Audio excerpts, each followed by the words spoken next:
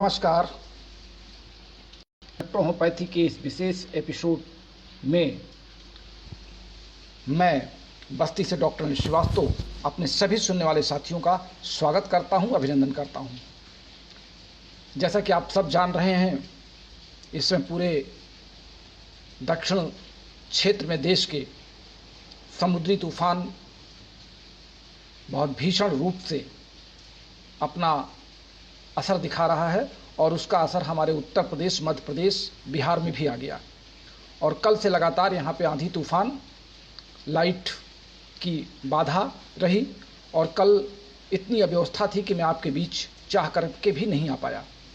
और आज भी जिस समय मैं आपको संबोधित कर रहा हूँ, दोपहर 11 बजे से लेकर के लगातार अभी तक मूसलाधार बारिश हमारे इस क्षेत्र में हो रही है और हमारी खिड़की से बिल्कुल हमारे दाहिनी साइड पर बारिश की जोरदार आवाज़ मेरे कानों में पड़ रही है। तो स्वाभाविक है कि मौसम तो पूरे प्रदेश का खराब है, या यूं कहें कि पूरे देश का खराब है। और हमारे तमाम दक्षिण भारत के साथी जो उस तूफान में तमाम तरह के अपने दुर्व्यवस्थाओं में फंसे रहे, वो भी शायद कल मेरा क्लास सुन ना पाते। या हमारे तमाम ऐसे साथी चूँकि उधर तूफान गुजरात में, महाराष्ट्र में, गोवा में, नागालैंड में, पांडिचेरी में बहुत ज़्यादा रहा है, और हमारे सभी साथी जो इस भीषण तूफान को झेल रहे थे, उनके लिए क्लास कल का कोई मायने नहीं रखता। आज हम आपके बीच में एक नई थीम लेकर के आ रहे हैं। हमारे एक साथी हैं डॉक्टर सुनील बेतुल, ये एमपी से हैं। हमारे परसों के क्लास के बाद इन्होंने लिखा, सर जी नमस्कार, जैसे आपने बच्चों को देने के लिए प्रिकॉशन की मेडिसिन बताई, उसमें 450 ml से 30 ml लेना है, परंतु कितने ड्रॉप डोज लेना है अकॉर्डिंग टू एज ग्रुप ये नहीं है। अब मैं आप लोगों से बार बार ये कहता हूँ कि जब आप मेरे वीडियो को सुने तो उतना आप समय निकालें कि आप हमारे वीडियो को शुरू से लेकर अंत तक जरूर सुनें। बीच में कुछ प्रासंगिक बातें हो जाती हैं, हमारी आपकी आपसी बातचीत हो जाती है, लेकिन जो मेडिसिन और बताने का क्रम है वो शुरू से लेकर के अंत तक रहता है। इस नाते मैं आप सबसे अनुरोध जरूर करूंगा कि अगर आप मेरे वीडियो को लाइक करते हैं तो लाइक करने के साथ साथ आप उसको सुनने की आदत डालिए और उसमें से जो खास बातें हों उसको पॉइंट बना करके नोट करिए। अब जैसे मैंने उसमें 0 से 2 वर्ष, फिर 2 से 5 वर्ष, 5 से 10 वर्ष, 10 से 18 वर्ष, मैंने 5 कैटेगरी में एज वाइज को बांट करके अलग अलग मैंने आपको डोज बता दी थी। तो वो जो डोज मैंने आपको बताई थी, वो डोज 450 ml से 30 ml के बॉटल में डालने के लिए ही बताई थी। और उसके बाद फिर अब आपको देना किस आधार पे है, वो देने का आधार भी आपको मैंने कहा था कि आप एज ए फिजिशियन अपने सामने वाले पेशेंट के फिजिकल कंडीशन को देख के, हमने मान लीजिए 0 से 2 वर्ष के बच्चे के लिए 2 ड्रॉप बता दिया। अब इस बात को ध्यान से आज सुन लें कि 0 से 2 वर्ष तक के बच्चे के लिए हमने 2 ड्रॉप बता दिया। तो 2 ड्रॉप हमने 450 ml से 30 ml में निकाल के डलवा दिया। अब आपको रोगी को देना है। अब ये जो हमने 2 ड्रॉप बताया, ये एक नॉर्मल वेट वाले बच्चे का डोज बताया हमने कि 0 से 2 साल तक का बच्चा अगर स्वस्थ है, अच्छा खासा उसका खान पान दुरुस्त है, बच्चा खेलता कूदता रहता है और उसकी जो बॉडी वेट है वो एक नॉर्मल वेट है। अब अगर बच्चा बहुत मोटा है, तंदुरुस्त है, वज़न में ज़्यादा है, तो उस 30 ml से आप उसको आमतौर से तो 5 ड्रॉप देना चाहिए 2 साल तक के बच्चे को, लेकिन आप वहाँ पे 6 ड्रॉप 7 ड्रॉप भी दे सकते हैं, जैसा आप सुधार करें। उसी हिसाब से बच्चे हेल्दी होंगे, उम्र उनका वज़न ज़्यादा होगा, तो उसी ग्रुप में उम्र के हिसाब से आप एज ए फिजिशियन उसको आपको जज करना ही होगा। और या तो अगर आप हमसे डोज पूछते हैं तो फिर वीडियो कॉल करके हमको पेशेंट को दिखाना होगा। अब वीडियो कॉल करने में हमारे कुछ साथी, तो मैं उनको बधाई दूंगा कि कुछ साथी तो हमसे बातचीत कराने में बहुत तत्पर हैं अपने रोगियों की, लेकिन अभी भी हमारे तमाम साथी अपने रोगियों से हमको छिपाना चाहते हैं, क्योंकि उनको ये डर लगता है कि अगर रोगी को हमने सामने अपने सीनियर डॉक्टर को दिखा दिया तो रोगी के सामने हमारी अहमियत कम हो जाएगी। जबकि मैं आपको इसका सीधा बता रहा हूँ, यदि आप अपने रोगी से हमारी बात सीधी कराते हैं तो रोगी भी महसूस करेगा कि मेरा डॉक्टर मेरे प्रति समर्पित भावना से और अपने किसी सीनियर से कंसल्ट करके तभी हमें दवा दे रहा है। इस नाते डॉक्टर के ऊपर विश्वास उसका और जमेगा। वो विश्वास आपके प्रति जमेगा, मेरे प्रति नहीं जमेगा। मैं तो आज उसको एक बार देख लूँगा, आपको दवा बता दूंगा, लेकिन आपका रोगी आपके प्रति विश्वास और जमाएगा कि देखिए इन्होंने हमारे दवा को देने के पहले अपने किसी सीनियर डॉक्टर सलाह ली है और दोनों की सलाह मिलती हुई इस नाते मैं जल्दी ठीक हो जाऊँगा। ये एक इसको कहते हैं साइकोलॉजिकल फिनोमिना, साइकोलॉजिकल इफेक्ट भी ये है कि आप अपने रोगी को सीधे वीडियो कॉल से हमारी बात कराएंगे तो उससे आपकी ही प्रसिद्धता होगी, मेरी नहीं होगी। मैं तो आया और चला गया आपके सामने से, 2 मिनट आप हमसे रोगी की बात कराएंगे, रोगी तो आपके पास रोज आएगा। हमको एक बार रोगी से बात करा देंगे, 2 बार करा देंगे तो उससे आपकी ही रौनक बढ़ेगी, आपकी ही प्रसिद्धता बढ़ेगी। उसमें आप ये दिमाग से निकाल दें कि आप मुझसे बात कराएंगे तो रोगी की नज़र में आपकी अहमियत घट जाएगी, बल्कि आपकी अहमियत और बढ़ जाएगी। तो ये भी थोड़ा सा सीखना होगा। और अभी हमारे साथी लोग ये इन्होंने लिखा, हमारे एक और साथी ने कुछ लिखा था, सर जी ये मिस्टर इन्होंने लिखा है, सर जी एक पेशेंट ऑक्सीजन लेवल तो मेंटेन हो गया लेकिन प्लेटलेट्स डाउन है, उसमें क्या देना चाहिए। देखिए ऑक्सीजन लेवल अगर मेंटेन हो गया है और उसकी ऑक्सीजन लेवल मेंटेन होने के बाद उसकी जो रेस्पिरेटरी ट्रैक का जो चैम्बर है अगर वो ऑक्सीजन से फुल हो रहा है और ऑक्सीजन कंप्लीट जा करके हीमोग्लोबिन के साथ अटैच हो रही है तो धीरे धीरे जा करके फिर वो ऑक्सीजन जब टिश्यूज़ को या कोशिकाओं को एनर्जी प्रदान करने लगेगी तो प्लेटलेट्स अपने आप धीरे धीरे मेंटेन होने लगेगा। लेकिन फिर भी अगर आप प्लेटलेट्स को मेंटेन करने की बात करते हैं तो वहाँ पे आपको L1 और A3 की खुराक थोड़ी सी बढ़ानी पड़ेगी। और अब चूँकि दिन भर के तमाम सवालों को छांटने के बाद ये 2 जवाब देने बहुत ज़रूरी थे और दिन भर के तमाम सवालों को सर्च करने के बाद आज हम आपको, हमसे एक बहुमूल्य सवाल इलाहाबाद के हमारे एक साथी ने किया था।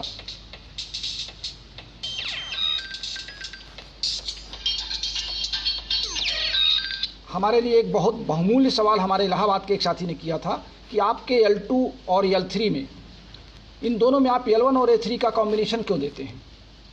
तो आज हम इसी पर चर्चा कर लेते हैं 20 मिनट, चूँकि इस समय 10:07 हो रहे हैं तो 20 मिनट हम अगर ये चर्चा कर लें तो मैं समझता हूँ कि बहुत अच्छी जानकारी आपको मिल जाएगी। और हमारे नए साथियों के लिए, जो कि पुराने साथियों के लिए तो मैं लगातार अगर आपको याद हो जो हमारे पुराने साथी हैं और नए साथी इसको ध्यान से सुने कि मैंने पहले दिन सिर्फ अपना 5 मिनट का क्लास 17 अप्रैल 2019 को लिया था, 2020 को लिया था और 17 अप्रैल को सिर्फ मैंने 5 मिनट क्लास लिया था, अपना इंट्रोडक्शन दिया था। और उसके बाद शुरुआती दौर में मैंने आपको एनाटॉमी और फिजियोलॉजी बताया। एनाटॉमी फिजियोलॉजी समाप्त होने के बाद फिर जब मैंने आपको मैटेरिया मेडिका बताया तो मैटेरिया मेडिका में सबसे पहले मैंने हर प्लांट का डिस्क्रिप्शन आपको बताया था, प्लांट की फैमिली बताई थी, प्लांट का नाम बताया था, प्लांट कहाँ पाया जाता है, किस जगह पाया जाता है, उसकी क्या क्वालिटी होती, इस पर मैंने चर्चा किया था। फार्मेसी के समय जब मैंने आपसे चर्चा की थी तो फार्मेसी के मूल सिद्धांतों की बात मैंने आपसे की थी। फिर फार्माकोपिया के बारे में मैंने आपसे चर्चा किया। उसके बाद नंबर आया था प्रैक्टिस ऑफ मेडिसिन का, जो लगातार इस समय चल रहा है और बहुत लंबा समय से चल रहा है, प्रैक्टिस ऑफ मेडिसिन ही चल रही है। अब प्रैक्टिस ऑफ मेडिसिन के साथ हमारे कई साथियों ने कहा कि आपने कुछ पार्ट छोड़ दिए हैं, कुछ पार्ट का मतलब कुछ मेडिकल पार्ट छोड़ दिए हैं जिसमें आपको प्राइमरी हेल्थ मेडिसिन बताना चाहिए था, गायनिक्स के बारे में कोई थोड़ी बात करनी चाहिए थी, बच्चों के रोग पे पीडियाट्रिक्स अलग बात करनी चाहिए थी। तो देखिए चूँकि मैं रोग वाइज आपसे चर्चा कर रहा हूँ प्रैक्टिस ऑफ मेडिसिन पर, और उसमें मैंने महिलाओं के रोग भी आपसे चर्चा की है, पुरुषों के रोग की भी चर्चा की है, बालकों के रोग की भी चर्चा की है। तो लगभग घूम फिर के सभी रोग आ जा रहे हैं, सभी सिस्टम आ जा रहे हैं। इस नाते ये कहना कि किसी एक विशेष पर मैंने चर्चा नहीं की, ये आप लोग कृपया हमारे पुराने वीडियो को सुने। और आज जैसा कि आप समझ रहे हैं कि आज मैं आपसे अपने क्लास नंबर 179 में आपसे बात कर रहा हूँ। केवल 21 क्लास में पीछे हूँ आपसे 200 पहुँचने के लिए। आपसे 200 वाले क्लास में दोहरा शतक लगाने के लिए सिर्फ मुझे 21 रन की आवश्यकता है। और मैं समझता हूँ कि अगर आप सबका प्यार और सम्मान इसी तरह रहा तो मैं दोहरे शतक तक जरूर पहुँचूँगा और आप उस दोहरे शतक की इंतजारी करें।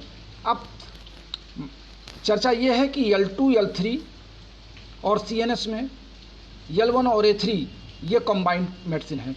और L1 और A3 को प्राथमिकता इलेक्ट्रोहोम्योपैथी में क्यों दी गई, हम आज इस पर आपकी थोड़ी सी झलक आपको बताना चाहेंगे, थोड़ी सी इसकी पकड़ आपकी मजबूत करना चाहेंगे। अगर आपको याद हो, मैंने आपसे कहा है कि जब आपके डिस्पेंसरी पे कोई ऐसा पेशेंट आ जाए जो आपके क्रम में ना हो और वो आपसे आकर के डिस्पेंसरी में बैठा हो, आप 3-4 पेशेंट देख रहे हो और पेशेंट आ गया हो, तो आप अपने सहायक से या स्वयं उसको L1 और A3 की 2-2 ड्रॉप उसके जीभ पर डाल दीजिए और उससे कहिए आप बैठ जाइए। और फिर रोगी का जब क्रम आए तब आप उसको देखिए। तो और रोगी जब आपके क्रम में आए तो आप उससे पूछिए कि जब आप आए थे तब आपको क्या महसूस हो रहा था, और आप जब आप मेरे साथ बैठे हैं, मैं आपको पेशेंट के टेबल पर बैठाया हूँ, फिर आपको कैसा महसूस हो रहा है। अब इस L1 और A3 की कहानी क्या है, L1 और A3 को इलेक्ट्रोहोम्योपैथी में महत्ता क्यों दी गई। तो पहले हम L1 की ही चर्चा कर लें। L1 हमारी, जैसा कि आपको पता है कि इलेक्ट्रोहोम्योपैथी में ब्लड और लिम्फ, ये 2 सिद्धांत हमारे बॉडी के महत्वपूर्ण हैं। 2 सिस्टम, ब्लड और लिम्फ, जो हमारा और दोनों ही क्या है, टिश्यू है, कनेक्टिव टिश्यू। ब्लड भी कनेक्टिव टिश्यू है और लिम्फ भी कनेक्टिव टिश्यू है। ब्लड और लिम्फ में अंतर क्या है, ब्लड आपका रेड होता है और लिम्फ आपका व्हाइट या येलोइश होता है। ब्लड ऑक्सीजन हीमोग्लोबिन के साथ मिलकर ऑक्सी हीमोग्लोबिन बनाता है और लिम्फ डायरेक्ट ऑक्सीजन को लेकर के ऑक्सीजन की सप्लाई कोशिकाओं में पहुंचाता है। अब ब्लड का छना हुआ भाग, सीरम पार्ट, लिम्फ कहलाता है। ब्लड, जैसा कि आपको पता है कि ब्लड जो है आर्टरीज और वेन्स में चलता है, हमारे बॉडी में सिरा और धमनियों में चलता है, यानी ब्लड शरीर में खुले रूप में नहीं बहता है। जबकि लिम्फ लिम्फेटिक चैनल में चलता है और फिर जब लिम्फेटिक चैनल से बाहर जाता है तो टिश्यू फ्लूइड में ये ओपन चलता है। अब हमने आपको एक उदाहरण दिया था, अगर आप हमारे पुराने क्लास में जाएं, कि हमारे शरीर में प्रकृति को ये 2 व्यवस्था करनी क्यों पड़ी, ब्लड भी बनाना पड़ा, लिम्फ भी बनाना पड़ा। चूंकि ब्लड आर्टरीज और वेन्स में बंध के चलता है और उस आर्टरीज और वेन्स के बाद जहां तक आर्टरीज और वेन्स जा सकती हैं, तो आर्टरीज और वेन्स आपकी ऑर्गन टू ऑर्गन जाती हैं, सेल टू सेल नहीं जाती, या ऑर्गन टू ऑर्गन टच करती हैं हमारे बॉडी को। और उसके बाद टिश्यू टू टिश्यू चेक करेंगी, अगर एक कोई ग्रुप है, ग्रुप ऑफ सेल्स है, तो वहां तक आर्टरीज और वेन्स चली जाएंगी। उसके बाद भी हमको एनर्जी की जरूरत पड़ती है, सेल टू सेल, और फिर nucleus to nucleus, DNA to DNA, tissue fluid to tissue fluid. ऐसी दशा में अब आप चूंकि बायोलॉजी पढ़ रहे हैं, इसमें मैं एक तरीके से आपको जीव विज्ञान की बात बता रहा हूं, और मैं हमेशा कहता हूं कि आपके शरीर में ईश्वर साक्षात दर्शन कराता है। ईश्वर आपके ही शरीर में के आपके अंगों के प्रत्येक अंगों की रचना पर जब आप ध्यान देंगे, आप किसी भी धर्म के मानने वाले हों, लेकिन हर धर्म में अगर आपकी आस्था ईश्वर में या बनाने वाले पर है, तो वो आपके शरीर के हर अंग में आपको नजर आएगा। ये ईश्वर को पता था कि हमको हमारे शरीर पर अंग से अंग, पहले कोशिका से कोशिका जुड़ेगी तो ऊतक बनेगा, ऊतक से ऊतक जुड़ेंगे तो अंग बनेगा, अंग से अंग जुड़ेंगे तो शरीर बनेगा। तो जब इस शरीर में हमको ऊर्जा पहुंचाना होगा तो हम अंग से अंग तक पहुंचा देंगे। ठीक उस तरीके से जैसे हमारी रेलवे लाइन है, रेल आपके हर स्थान पर नहीं है, रेल की एक सीमित दायरा उसकी पटरी का है। मूल शहरों में या मूल रास्ते पड़ने वाले स्टेशन पर ट्रेन रुकती है, वहाँ पर कोई माल चढ़ाया गया, उतार दिया गया। अब सपोज कीजिए किसी एक छोटे से स्टेशन पर आपके द्वारा भेजा गया कोई पार्सल वहाँ उतार दिया गया। अब उस पार्सल को एक गांव तक ले जाना है। अब गांव तक कैसे ले जाए, ट्रेन ने अपना काम कर दिया। अब वहाँ पर आप क्या करेंगे, वहाँ से उठा करके उसको किसी दूसरी गाड़ी में रखेंगे। वो गाड़ी उस गांव के आसपास जहाँ तक सड़क जाएगी वहाँ तक जाएगा। हो सकता है वो गाड़ी उस गांव के अंदर ना पहुँच पाए, वहाँ पे उसकी सड़क ना हो, उसके वो वाहन ना जाए, तो वहाँ से उसको उतार करके फिर किसी के माध्यम से या पैदल या किसी छोटे हल्के, उससे भी कम हल्के वाहन के द्वारा उस गाँव तक पहुँचाया जाएगा। गाँव में पहुँचने के बाद उस किस व्यक्ति को पहुँचाना है, अब गाड़ी तो उस व्यक्ति तक ले नहीं जाएगी, फिर कोई सहायक व्यक्ति होगा जो उसको उतारेगा पार्सल को और उस व्यक्ति के घर तक जाएगा और उसको देगा और रिसीव कराएगा। बिल्कुल यही व्यवस्था प्रकृति ने हमारे शरीर में बनाई। हार्ट से ब्लड चला, ब्लड शरीर के विभिन्न अंगों तक पहुंचा, अब अंगों के ऊतकों तक जाकर के ये रुक गया और वहां से फिर जुड़ करके वापस लौट करके विभिन्न कोशिकाओं से होता हुआ फिर हमारे हार्ट में वापस आ रहा है, लंग से रक्त साफ हुआ, फिर वहां से घूमा, फिर घूमा, लीवर से निकला ब्लड। ये सारी की सारी प्रक्रिया आर्टरी और वेन्स के अंदर हो रही, जहां तक आर्टरी और वेन्स को प्रकृति भेज पाया हमारे शरीर में। अब जहाँ के आगे जहाँ पे जटिलतम हो गया या बहुत सूक्ष्मतम हो गया, ऊतक से ऊतक के बीच में क्या किया जाए, टिश्यू से टिश्यू के बीच में क्या किया जाए, तो प्रकृति ने उस ब्लड का एक सीरम पार्ट निकाल लिया छान करके और उसको लिम्फ के रूप में लिम्फेटिक चैनल जो पतली पतली नलिकाओं में या ओपन सिस्टम में हमारे टिश्यू फ्लूइड के साथ हमारे सेल टू सेल और टिश्यू ये चैनल बनाया, जिससे शरीर के हर पार्ट तक एनर्जी को हम पहुंचा सकें। जो हमारे पोषक तत्व भोज्य पदार्थों के माध्यम से हमारे शरीर में जाते हैं वो घुल करके ब्लड में मिलते हैं और ब्लड उसको सक करके शरीर के विभिन्न भागों में भेजता, लेकिन जहां पर आर्टरीज और वेन्स का जाना समाप्त हो जाता है वहीं पे वो रक्त छनने लगता है और वहां से लिम्फ निकल करके विभिन्न पार्टों में पहुंचने लगता है। यानी लिम्फ और ब्लड की जो उपयोगिता है बॉडी में वो बहुत आवश्यक और दोनों समान है। हम किसी की आवश्यकता को कम आंक नहीं सकते। इसीलिए काउंट सीजर मैटी ने जो अपने इस पैथी का जो बेस बनाया उसे ब्लड और लिम्फ का बनाया। यानी ब्लड और लिम्फ में होने वाला कोई भी अस्थायी परिवर्तन रोग का कारण बनता है। Any persistent change in the lymph और blood that is called disease in electrohomeopathy. There is no other disease, there is only single disease in electrohomeopathy that is called persistent change in the lymph और blood. हमारे यहाँ खांसी, सर्दी, जुखाम, बुखार, Kalra, diarrhoea, headache, cancer ये कुछ नहीं है। ये तो मॉडर्न सिस्टम ऑफ मेडिसिन ने इन नामों से लोगों को परिचित करा दिया कि आप जान लीजिए ये कौन है, ये कौन है। आप प्रतीक्षा करें हमारे प्रैक्टिस ऑफ मेडिसिन की बुक, जिसमें आपको इलेक्ट्रोहोपैथी के प्रैक्टिस करने के एक नए दर्शन को मैं आपको दिखा रहा हूँ। हमारे एक साथी ने हमको याद दिलाया कि doctor Anil practice of medicine आप लिख रहे हैं तो आप अंग्रेजी किताबों की नकल मत कर लीजिएगा, अंग्रेजी स्टाइल में मत लिख दीजिएगा जैसे एलोपैथी की बुक में प्रैक्टिस ऑफ मेडिसिन को लिखा जाता है। तो मैंने उनसे सवाल किया कि जब हैनीमैन जी ने अपनी बुक लिखी थी, महाग्रंथ लिखा था, तो क्या उस समय रिपोर्टरी चल रही थी? मॉडर्न टाइम में होम्योपैथी में रिपोर्टरी आई, कंप्यूटराइज सिस्टम आया, सिंगल मेडिसिन से कंबाइंड मेडिसिन करने का उनका भी तरीका बदला। ठीक उसी तरीके से मैटी जी ने अपना काम कर दिया।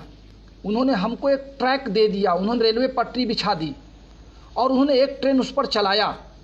हम कोयले वाली ट्रेन को हटा करके डीजल का ट्रेन, डीजल की ट्रेन को हटा के इलेक्ट्रिक ट्रेन, इलेक्ट्रिक ट्रेन को हटा करके ऑटोरिमोटिक ट्रेन भी चलाने की क्षमता रखते हैं अगर हम शोध कार्य में विश्वास करते हैं तो हमने मैटी जी के, अब हम यहाँ पर थोड़ा सा कहेंगे, हालांकि ये कोई मैं विषय से विसंगत नहीं जाना चाहता, हमारे तमाम साथी कहते हैं कि मैटी जी ने ये किया था जो अनिल श्रीवास्तव ये बता रहे हैं, मैटी जी ने ये लिखा था जो अनिल श्रीवास्तव ये बता रहे हैं। भाई मैं ये पूछना चाहता हूँ कि मैटी जी ने जितना काम किया था क्या उसके आगे शोध नहीं होना चाहिए? उसके आगे क्या कोई नए प्रयोग नहीं होने चाहिए? क्या उनके सिद्धांतों के साथ कुछ और नए सिद्धांतों का अभिनव प्रयोग नहीं होना चाहिए? जरूर होना चाहिए। इसी को विज्ञान कहते हैं, क्योंकि विज्ञान निरंतर, continuous, gradually, slowly and slowly but in continue, इसी को साइंस कहते हैं, जिसमें लगातार किंतु धीरे धीरे होने वाला जो ज्ञान है, जो सोच है, जो शोध है, वो हमको आगे लाता है। इसी को हम साइंस कहते हैं। और विज्ञान कभी न रुकने वाला एक शार्प, हम जिसको कह सकते हैं हमारा शार्प एक्शन है। तो हम इलेक्ट्रोहोपैथी में हम एक नए प्रारूप को लेकर के प्रैक्टिस ऑफ मेडिसिन में आ रहे हैं। सिर्फ आपको प्रतीक्षा करनी पड़ेगी दिसंबर तक, क्योंकि मैं उसको जिस स्टाइल में लिख रहा हूं और जो कुछ मैं लिख करके आपको देना चाहता हूं, मैंने पहले भी आपसे कहा कि पहली किताब आप सबके मांग पे थी कि जो मैं बोल रहा हूं इसको लिख दूं, तो मैंने इसको लिख दिया। ये मेडिकल स्टाइल में या इलेक्ट्रोहोपैथी के जिस चीज़ को आप देखना चाहते थे, अभी तक जितनी भी किताबें मैंने पढ़ी हैं, हमारे एक वरिष्ठ साथी कल लिख रहे थे हमारे उस चैनल पर, जिस पर मैं चला गया था भूल से बातचीत करते हुए, तो हमारे एक साथी ने कहा कि एक फला लेखक की किताब, जो भारत के बहुत प्रसिद्ध इलेक्ट्रोहोपैथिक चिकित्सक कहे जाते हैं और रहे भी हैं, मैं उनका सम्मान करता हूँ, उनकी किताब के अलावा बाकी सबकी किताबें बेकार हैं और उन्होंने ही सारी किताबों का सार पहले ही लिख दिया है और लोग उन्हीं किताबों की नकल कर रहे हैं। देखिए, अभी तक जो मैंने समझा है, इलेक्ट्रोहोपैथी में जितनी भी किताबें लिखी गई हैं वो एक दूसरे की नकल करके लिखी गई हैं। नकल का मतलब कि उसमें कुछ बदलाव नहीं किया गया, थोड़ा बहुत हेर फेर करके अपनी भाषा को जोड़ा गया। लेकिन इलेक्ट्रो होम्योपैथी को वर्तमान में, जैसे होम्योपैथी में रिपोर्टरी एक अलग से बनी, उनके कंप्यूटराइज सिस्टम में सिंगल मेडिसिन को हम कैसे चयन करते हैं उसका प्रोसेस नए चिकित्सकों ने बताया, पुरानों ने नहीं बताया। नए साथियों ने आकर के होम्योपैथी में एक इस तरीके की रिपोर्टरी ला करके रख दी कि हम इसी सवालों को इस तरह का जोड़ करके रख दें तो हमारी ये दवा निकल के चली आती है। बिल्कुल उसी तरीके से इलेक्ट्रो होम्योपैथी में मैं आपको ऑर्गन कैसे हम सेलेक्ट कर लेंगे कि हमको यहाँ पे कौन सी दवा देनी है, हमने एक उसका चार्ट बनाया है, एक नया चार्ट बनाया है, जो चार्ट इस किताब में, पहले किताब में गया है, उससे अलग हटके कि किन किन कारणों से कैसे कैसे हम सेट करके और लास्ट में अंतिम चरण में आकर के हम दवा को सेलेक्ट कर लेते हैं। यानी जो काम मैं तुरंत पेन उठा के करता हूँ वो उस किताब में आपको एक सिस्टमेटिक वे में, एक सिस्टम वाइज, क्रम वाइज में कि इसके बाद हम ये सवाल करेंगे रोगी से, फिर हम ये सवाल रोगी से करेंगे, फिर ये सवाल करेंगे, अगर हमको इसका उत्तर ये मिलता है तो ये, इसका उत्तर ये मिलता है तो ये, इसका ये उत्तर मिलता है तो ये। निश्चित रूप से हमारे पुराने साथियों को भी और नए साथी जो प्रैक्टिस में अपने आप को रमना चाहते हैं उनके लिए भी हमारी आने वाली पुस्तक the practice of medicine in my experience, जो मैंने एक्सपीरियंस किया, जो मैंने अनुभव किया है, मैं उसके बारे में लिख रहा हूँ और इसीलिए इसमें समय लगेगा। तो अब आइए हम चर्चा कर लें कि हमने L1 और A3 को, अब L1 में है क्या। L1 में हमारे 8 पौधे हैं, जिसमें आपका है हिमलस लोपलस, मेरियंथस ट्राइलोफोरा, फ्यूकस वेसिकुला, एरिथ्रा सेंटोरियम, पल्मोनिया ऑफिसिनालिस, ऑक्जालिस एसिटोसिला, सिम्बोरा अमारा और इचाइनियसिया अगस्टफोलिया। ये 8 पौधे हैं। 8 पौधों को हमने लगभग 12% के रेशियो से समान रूप से उनके एक्सट्रैक्ट को आपस में मिला करके हमने L1 तैयार कर लिया। अब L1 हमारी लिम्फ नोड की दवा है, लिम्फेटिक चैनल की दवा है। तो लिम्फेटिक चैनल चूंकि हर टिश्यू तक जाता है, हर सेल तक जाता है, हर टिश्यू फ्लूइड तक पहुंचता है, हमारे ECF तक जाता है, इस नाते शरीर के लगभग हर अंगों को कवर करने वाली दवा L1। इस नाते हर रोग में, हर रोगी को, हर शिकायत पर L1 का चयन। मेरी बात आपको समझ में आ रही होगी तो बहुत अच्छी बात है। हम ये कह सकते हैं कि ये एंटासिड भी है, डायूरेटिक भी है, डायस्टिक भी है, गैस्ट्रिक भी है, सेंसिटिव भी है, एंटीपायरेटिक भी है, एंटी एनाल्जेसिक भी है, अगर आप इस तरीके से भाषा करें कि आप मेडिकल के टाइम में, या एंटीबैक्टीरियल भी है। चूंकि लिम्फ आपका बॉडी के हर सेल तक पहुंच रहा है, सेल टू सेल पहुंच रहा है, इस नाते L1 का चयन तो हमको आंख मूंद करके कर लेना है कि रोगी को L1 देना ही देना है। अब L1 को देने का तरीका सीधा भी हो सकता है, L2 में भी मिला के दे सकते हैं, L3 में भी दे सकते हैं और CNS में भी दे सकते हैं। हमारे CNS की चर्चा ज़्यादा लोगों को खल रही है, लेकिन मैंने आपसे बताया ना कि चूंकि L1 और A3 की जो महिमा है, अब A3 की बात हम कर लें यहीं पे। A3 में हमारे 7 पौधे हैं। अर्निका मोंटाना है, एविना सटाइवा है, सिंगोरिया कैंडेंसिस है, हाइड्रेटिस कैंडेंसिस है, मालवा सिलुटेरिस है, पल्सेटिला वल्गैरिस है और आर्टिमेशिया एब्रोटनम है। इसमें 7 दवाएं हैं, 7 पौधे हैं। इन 7 पौधों का लगभग 15% इक्वल रेशियो में ये मिलान किया गया है। हमारी तमाम पुराने साथी कहते हैं कि फलाने किताब में सबसे अच्छा लिखा, बड़े किताब में अच्छा लिखा है, लेकिन लोग लिख देते हैं इतना, इसका परसेंट ये, इसका परसेंट इतना, इसका परसेंट इतना, जो हम उसको जोड़ते हैं तो 100 से ज़्यादा चला जाता है, या तो 100 भी नहीं होता है। इस नाते हमने अपने सीनियर और अपने गुरु डॉक्टर रमाशंकर जी से जब इस पर चर्चा की थी कि आखिर ये किताबें पार्ट लिख देती हैं, इस पौधे का इतना पार्ट, इस पौधे का इतना पार्ट, इस पौधे का इतना पार्ट, तो इसका पार्ट का क्या मतलब है। उन्होंने कहा ये बिल्कुल बकवास है, ये शोध कार्य है और ये शोध करके बताया जाता है कि विभिन्न पौधों को जब हम एक दवा बनाते हैं तो उनके पार्ट इक्वल होने चाहिए। यानी अगर 7 पौधे हैं तो 100 में आप उसका भाग दे दीजिए, जितना परसेंट उसका आता है उस रेशियो में सारे पौधों के अर्क को आपस में मिला दीजिए, तो वो आपकी मेडिसिन तैयार हो जाएगी। फिर उसको आप जब D1 में तोड़ेंगे तो 1:9 के रेशियो में आप D1 से तोड़ के D2 बना लीजिए, फिर 1:9 के रेशियो से तोड़ के D3 बना लीजिए, और D3 के बाद फिर आप 450 ml में उसको कन्वर्ट कर लीजिए, फिर वहाँ से 450 में यानी 190 के रेशियो में उसको तोड़ लीजिए, और फिर देखिए उस दवाई का कमाल क्या होता है। हमारे तमाम साथी कहते हैं कि सर अभी आपका सिद्धांत मुझे समझ में नहीं आया, आप कैसे मिला के बता देते हैं, क्या बता देते हैं, लगातार इस पर चर्चा चल रही है। तो मेरा आप सबसे अनुरोध है कि आप मेरे वीडियो को सुनने के लिए समय दीजिए। लगभग मैं हर वीडियो में कोई ना कोई नई बात आपसे बताता हूँ। अब A3 L1 की चर्चा मैंने आपसे कर लिया कि वो टिश्यू तक जाती है, साथ ही उसकी आंख मूंद के चर्चा करनी है। अब A3 हमारी पर्टिकुलर हमारे हार्ट की दवा है। अब हार्ट का संबंध कहाँ कहाँ है?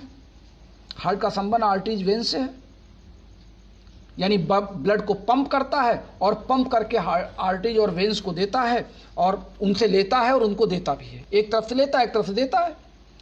अब लेने और देने के संदर्भ में, यानी हार्ट के फंक्शन को अगर हमें नियंत्रित करना है तो ब्लड की सप्लाई को हम नियंत्रित कर रहे हैं।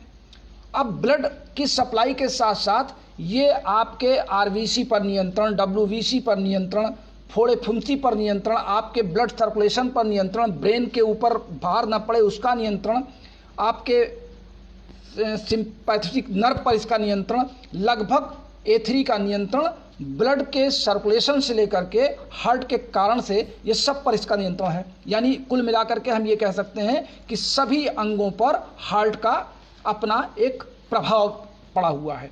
इस नाते L1 और A3 ये दो औषधियाँ हर मेडिसिन में, हर कंपोजिशन में अनिवार्य हमने कर दिया कि L2, L3 और CNS में L1, A3 कंबाइंड रहेगी।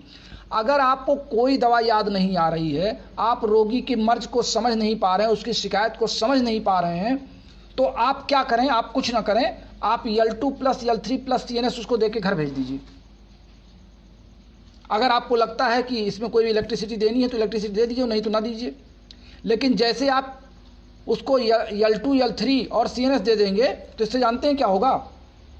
अगर उसके बॉडी में L2 की आवश्यकता नहीं है तो L3 काम करेगी। अगर L2, L3 दोनों की ज़रूरत है, उसका डाइजेस्टिव सिस्टम और एक्सक्रीटरी सिस्टम दोनों डिस्टर्ब है, तो दोनों अपना काम करेगी। और CNS तो आपको दोनों के बीच में देना ही देना है। इस कारण से अगर आपको ये नहीं समझ में आ रहा कि हम इसको क्या दें, इसकी शिकायत क्या है, तो आप तुरंत L2, L3 और CNS तीनों उठाइए और मिला करके 30 ml में उसको दे दीजिए और कहिए इसको घर में ले आकर के 30-30 बूंद निकाल के 1 कप पानी में दिन में 4 बार पीजिए। आप देखिएगा आपका रोगी अपने जिस रोग के शिकायत को लेकर के आया था, नेक्स्ट टर्म में वो कहेगा मुझे 50% आराम है। अब 50% आराम तो उसको हो गया आपकी इन्हीं दवाओं से, क्योंकि इसमें 8 दवाएं आपने मिला दिया L2, L3 और CNS में। शेष 50% के लिए तब तक आपके पास टाइम रहेगा, आप उसकी शिकायत को मंथन करेंगे और सोचेंगे कि इसमें क्या क्या, इसकी शिकायतों में कौन कौन सा आर्गन इन्वॉल्व हो सकता है। और जब आप उसकी दवा मिला देंगे तो उसको और आराम मिलेगा। अगर आप पहले उसका जज कर लेते हैं तो फिर आपको जो दवा आपको सिलेक्ट करनी है आप वो दवा उसको दे दीजिए। कहने का मतलब ये है कि आपको L1 और A3 आपकी सबसे मजबूत स्तंभ हैं इलेक्ट्रोहोम्योपैथी की मेडिसिन में। इस नाते L1 और A3 के बारे में आपसे ये आज की विशेष चर्चा थी कि L1 और A3 का चयन हम क्यों करते हैं। मैं समझता हूँ कि आज के लिए बस इतना ही। कल आपसे फिर हम 2 मेडिसिन पर चर्चा करेंगे और वो 2 मेडिसिन हमारी हैं S5 और C5। हम आज से ही आपको बता दे रहे हैं, हम लगातार फिर इसको रिवाइज कर रहे हैं। हालांकि इसके पहले मैंने आपको एक बार S1 से लेकर के और C ग्रुप के मेडिसिन पर चर्चा की थी, लेकिन अब हम जोड़े में मेडिसिन पर चर्चा करेंगे कि हम L1 के साथ L3 क्यों देते हैं, C5 के साथ S5 क्यों देते हैं। फिर हम F1 और F2 पर चर्चा करेंगे, VEN1 और VEN2 पर चर्चा करेंगे। इस तरीके से हम लगातार किसी रोग पर चर्चा ना करके हम जरा मेडिसिन पर चर्चा कर लें। रोग तो लगभग आप प्रैक्टिस आप मेडिसिन के माध्यम से विभिन्न रोगों को में औषधियों को देना जान गए हैं, औषधियों का चुनाव करना जान गए हैं और पर्सनल व्हाट्सएप पे आप लिख करके हमसे पूछ भी रहे हैं। इस नाते अब जरा मेडिसिन पर थोड़ी सी क्लियर चर्चा हो जाए, हमारे जो नए साथी आए हैं उनके लिए भी और जो पुराने साथी थोड़ा बहुत नहीं क्लास सुन पाए उनके लिए भी। तो कल याद रखिए, कल S5 और C5 पर एक कंपेरिजन या दोनों में तुलनात्मक अध्ययन हम आपसे कराएंगे और आपको समझाएंगे। तब तक के लिए अपने प्यारे दोस्त डॉक्टर श्रीवास्तव को इजाज़त दीजिए। नमस्कार, शुभ रात्रि।